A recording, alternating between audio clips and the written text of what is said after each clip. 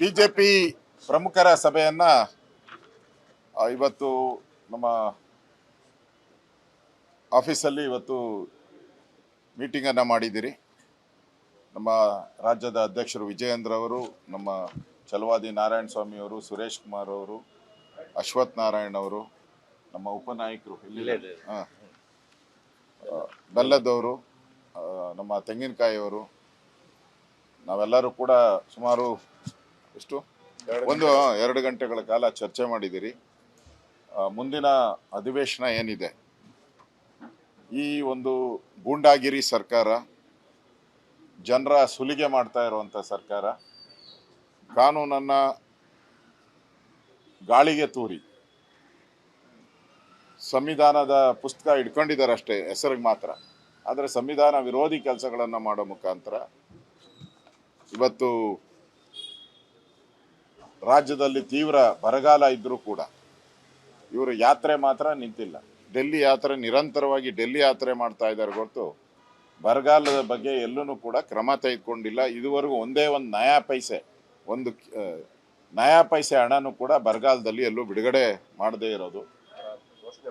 ಇವತ್ತು ಮಧ್ಯ ಕರ್ನಾಟಕದಲ್ಲಂತೂ ದೊಡ್ಡ ಭೀಕರವಾದಂಥ ಬರಗಾಲ ಇದೆ. ಮಧ್ಯ ಕರ್ನಾಟಕದಲ್ಲಿ ಅಷ್ಟಿದ್ರೂ ಕೂಡ ಹಣ ಬಿಡುಗಡೆ ಮಾಡದೆ ಮತ್ತು ಬರಗಾಲ ಅಂತ ಘೋಷಣೆ ಮಾಡದೆ ನಾಟಕ ಆಡ್ತಾ ಇದ್ದಾರೆ.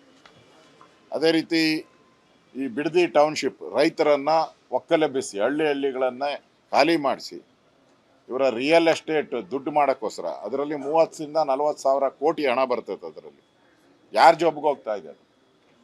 ಆ ಬಿಡದಿ ಟೌನ್ಶಿಪ್ ಅಂದ ಅಲ್ಲಿ ಬೆಳೆಯೋಂಥ ರೈತರ ಬೆಳೆಗಳಿಗೆ ಸುಮಾರು 10 ಲಕ್ಷ ತೆಂಗಿನ ಗಿಡ ಇದೆ, 10 ಲಕ್ಷ ಅಡಿಕೆ ಮರ ಇದೆ, ಮಾವಿನ ಮರ ಇದೆ, ಸುಮಾರು 15-20 ಸಾವಿರಕ್ಕೂ ಮೇಲ್ಪಟ್ಟು ಹಸುಗಳಿದೆ.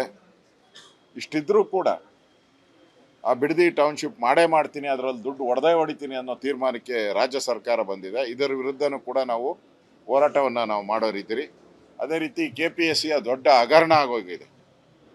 ದಿನನಿತ್ಯ ಒಂದೊಂದು ಹಗರಣ ಆಚೆ ಬರ್ತಾ ಇದೆ KPSC. ಸೊ ಈ ಸರ್ಕಾರ KPSCಯಲ್ಲಿ ಈ ಸರ್ಕಾರನೂ ಕೂಡ ಭಾಗಿಯಾಗಿದೆ. ಲಂಚದ ಹಣ ಇವರ ಮನೆ ಬಾಗಿಲಿಗೂ ಲಂಚದ ಹಣ ಹೋಗ್ತಾ ಇದೆ. ಇದರ ವಿರುದ್ಧನೂ ಕೂಡ ಹೋರಾಟವನ್ನು ನಾವು ಮಾಡೋರಿದ್ದೀರಿ. ಪೊಲೀಸ್ ನೇಮಕಾತಿಯಲ್ಲೂ ಅಕ್ರಮ ನಡೀತಾ ಇರೋವಂಥದ್ದು. ಇನ್ನು ಗೃಹಲಕ್ಷ್ಮಿ ವಿಚಾರವಾಗಿ 5,000 ಕೋಟಿ ಹಣ ಎಲ್ಲೋಗಿದೆ ಅಂತ ಇದುವರೆಗೂ ಗೊತ್ತಿಲ್ಲ. ಪಾಪ ಮಂತ್ರಿ ಹೆಸರು ಲಕ್ಷ್ಮಿ ಅಮ್ಮನೂ ಕಾಣೆಯಾಗಿದ್ದಾರೆ. ಇಲ್ಲಿ ಬಡವರಿಗೆ ಲಕ್ಷ್ಮಿ ಇಲ್ಲ, ಅಲ್ಲಿ ಲಕ್ಷ್ಮಿ ಅಮ್ಮನೂ ಕಾಣೆಯಾಗಿದ್ದಾರೆ. ಈಗ ಅವ್ರ ಪಾಪ ಮಂತ್ರಿನೂ ಮಾಡಿಲ್ಲ ಅವ್ರನ್ನ. ಹಣ ಮಾತ್ರ 5,000 ಕೋಟಿ ಎಲ್ಲೋಯ್ತು ಅಂತ ಇನ್ನೂ ಗೊತ್ತಿಲ್ಲ.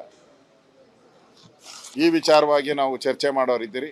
ಮತ್ತೆ ಮೇಕೆದಾಟು ವಿಚಾರವಾಗಿ ಈಗ ಕೇಂದ್ರ ಸರ್ಕಾರ ಕ್ಲೀನ್ ಚಿಟ್ ಕೊಟ್ಟಿದೆ, ಮಾಡಿ ಅಂತೇಳಿ ಗ್ರೀನ್ ಸಿಗ್ನಲ್ ಕೊಟ್ಟಿದೆ. ಇಷ್ಟಾದ್ರೂ ಕೂಡ ಮೇಕೆದಾಟು ಬಗ್ಗೆ ಇನ್ನೂ ಪ್ರಪೋಸಲ್ಲೇ ರೆಡಿ ಮಾಡಿಲ್ಲ ಇವರು. ಮತ್ತೆ ಕಳೆದ 4-5 ತಿಂಗಳಿಂದ ಪೆನ್ಷನ್ ಹಣ ಬರ್ತಾ ಇಲ್ಲ ಯಾರಿಗೂ. ಇರೋ ಪೆನ್ಷನ್ ಎಲ್ಲ ಕಟ್ ಮಾಡ್ತಾ ಇದ್ದಾರೆ. ರೇಷನ್ ಕಾರ್ಡ್ಗಳು ಸುಮಾರು 20-25 ಲಕ್ಷ ರೇಷನ್ ಕಾರ್ಡ್ಗಳನ್ನು ಕಟ್ ಮಾಡ್ತಾ ಇದ್ದಾರೆ. ಯಾವ ಪುರುಷಾರ್ಥಕ್ಕೋಸ್ಕರ ನೀವು ಗ್ಯಾರಂಟಿಗಳನ್ನು ಕೊಡ್ತಾ ಇದ್ದೀರಾ? ಇಲ್ಲಿ ಹಣವನ್ನು ಲೂಟಿ ಹೊಡಿತಾ ಇದ್ದೀರಾ. ಇನ್ನೊಂದು ಕಡೆ ಬಡವರಿಗೆ ಸೇರ್ಬೇಕಾದ ಹಣವನ್ನು ತಿಂತಾ ಇದ್ದೀರಾ ನೀವು. ಈ ಎಲ್ಲ ವಿಚಾರಗಳನ್ನು ಈ ಸರಿ ಹೈ ವೋಲ್ಟೇಜ್ ಅಧಿವೇಶನ ಆಗುತ್ತೆ ಇದು. ಯಾಕೆಂದರೆ DK ಶಿವಕುಮಾರ್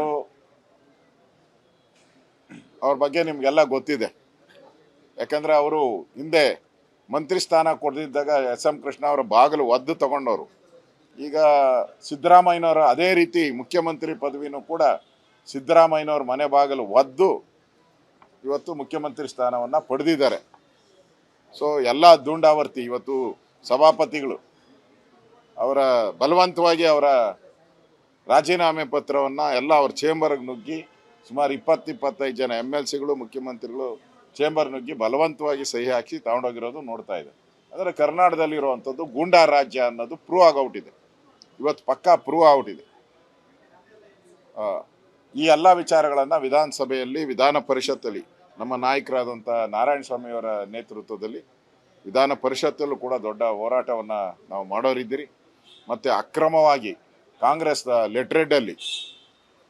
ಲೆಟ್ರೆಡಲ್ಲಿ ಸ್ಪೀಕರು ಮತ್ತು ಸಭಾಪತಿಯ ಹೆಸರುಗಳನ್ನು ಘೋಷಣೆ ಮಾಡಿರೋದು ಇದು ಸಂವಿಧಾನ ವಿರೋಧಿ. ಅಂದರೆ ಇವತ್ತು ಕಾಂಗ್ರೆಸ್ ಪಾರ್ಟಿ ವಿಧಾನಸಭೆಯನ್ನು ಹೈಜಾಕ್ ಮಾಡಿಬಿಟ್ಟಿದೆ. ಇದು ಅಕ್ಷಮ್ಯ ಅಪರಾಧ. ಈ ವಿಚಾರವಾಗೂ ನಾವು ಹೋರಾಟ ಮಾಡೋರಿದ್ದೀರಿ. ಈಗ ನಾವು ಹೊರಟಿಯವರನ್ನು ಭೇಟಿ ಮಾಡಿ ಅವರ ಆಗಿರೋವಂಥ ನೋವೇನಿದೆ, ಅವರ ಬಲಾತ್ಕಾರವಾಗಿ ಸೈನ್ ಹಾಕ್ಸಿರೋವಂಥದ್ದು, ಅವರು ನನಗೆ 13ನೇ ತಾರೀಕು ಒಂದು ಅವಕಾಶ ಕೊಡಿ, ನಾನು ನನ್ನ ಥ್ಯಾಂಕ್ಸ್ ಹೇಳಬೇಕು ಎಲ್ಲರಿಗೂ ಕೂಡ.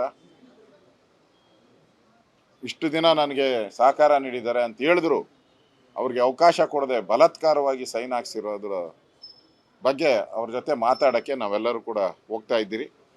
ಅಂದರೆ ಈ ಸರ್ಕಾರ ಗೂಂಡಾಗಿರಿ ಸರ್ಕಾರ ಅನ್ನೋದು ಸ್ಪಷ್ಟ ಆಗಿದೆ.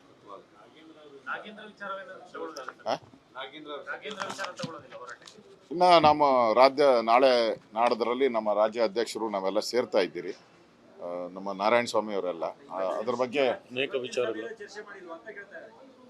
ಎಲ್ಲ ವಿಚಾರಗಳು ಬಂದಿದೆ, ಎಲ್ಲಾನು ವಿಚಾರಗಳು ಬಂದಿದೆ, ಚರ್ಚೆ ಆಗಿದೆ. ಯಾವ ರೀತಿ ಹೋರಾಟ ತೆಗೆದುಕೊಳ್ಬೇಕು ಅದನ್ನ ಮತ್ತೆ ತೀರ್ಮಾನ ಮಾಡಿ. ಮತ್ತೆ ಇನ್ನೊಂದು 3 ದಿನ ಆದ್ಮೇಲೆ ನಾಳೆ ಸಮನ್ವಯ ಸಮಿತಿ ಸಭೆ, ನಾಳೆ ಬೆಳಗ್ಗೆ ಮೋಸ್ಟ್ಲಿ 9 ಗಂಟೆಗೆ ಸಮನ್ವಯ ಸಮಿತಿ ಇದೆ.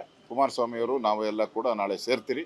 ಬಿಡದಿ ಹೋರಾಟದ ಬಗ್ಗೆ ಏನು ಮಾಡಬೇಕು, ವಿಧಾನಸಭೆಯಲ್ಲಿ ಹೇಗೆ ಹೋರಾಟಗಳನ್ನು ಮಾಡಬೇಕು, ಯಾವ್ಯಾವ ವಿಚಾರಗಳನ್ನು ಚರ್ಚೆ ಮಾಡಬೇಕು, ಈ ಭ್ರಷ್ಟ ಕಾಂಗ್ರೆಸ್ ಸರ್ಕಾರವನ್ನು ತೊಲಗಿಸುವಂಥ ದೃಷ್ಟಿಯಿಂದ ಯಾವ ರೀತಿ ಹೋರಾಟಗಳನ್ನು ಮಾಡಬೇಕು, ಇನ್ನು ಮುಂದೆ ಒಟ್ಟೊಟ್ಟಾಗಿ ಹೋರಾಟ ಮಾಡಬೇಕು ಅನ್ನೋ ವಿಚಾರವಾಗಿ ಚರ್ಚೆಯನ್ನು ಮಾಡ್ತೀವಿ. ನಾಳೆ ಅದನ್ನು ನಿಮ್ಮ ಕುಮಾರಸ್ವಾಮಿಯವರೇ ಅನೌನ್ಸ್ ಮಾಡ್ತಾರೆ. ನಾಳೆ ಈಗಾಗಲೇ ಚರ್ಚೆ ಮಾಡಿದೆ. ಮೊನ್ನೆನೂ ಕೂಡ ನಾನು ದೆಹಲಿಯಲ್ಲಿ ಹೋಗಿ ಅವ್ರ ಜೊತೆ ಚರ್ಚೆ ಮಾಡಿದ್ದೀನಿ. ಪಾಸಿಟಿವ್ ಆಗಿದ್ದಾರೆ. ಒಟ್ಟೊಟ್ಟಿಗೆ ನಾವು N D A partners. Okay.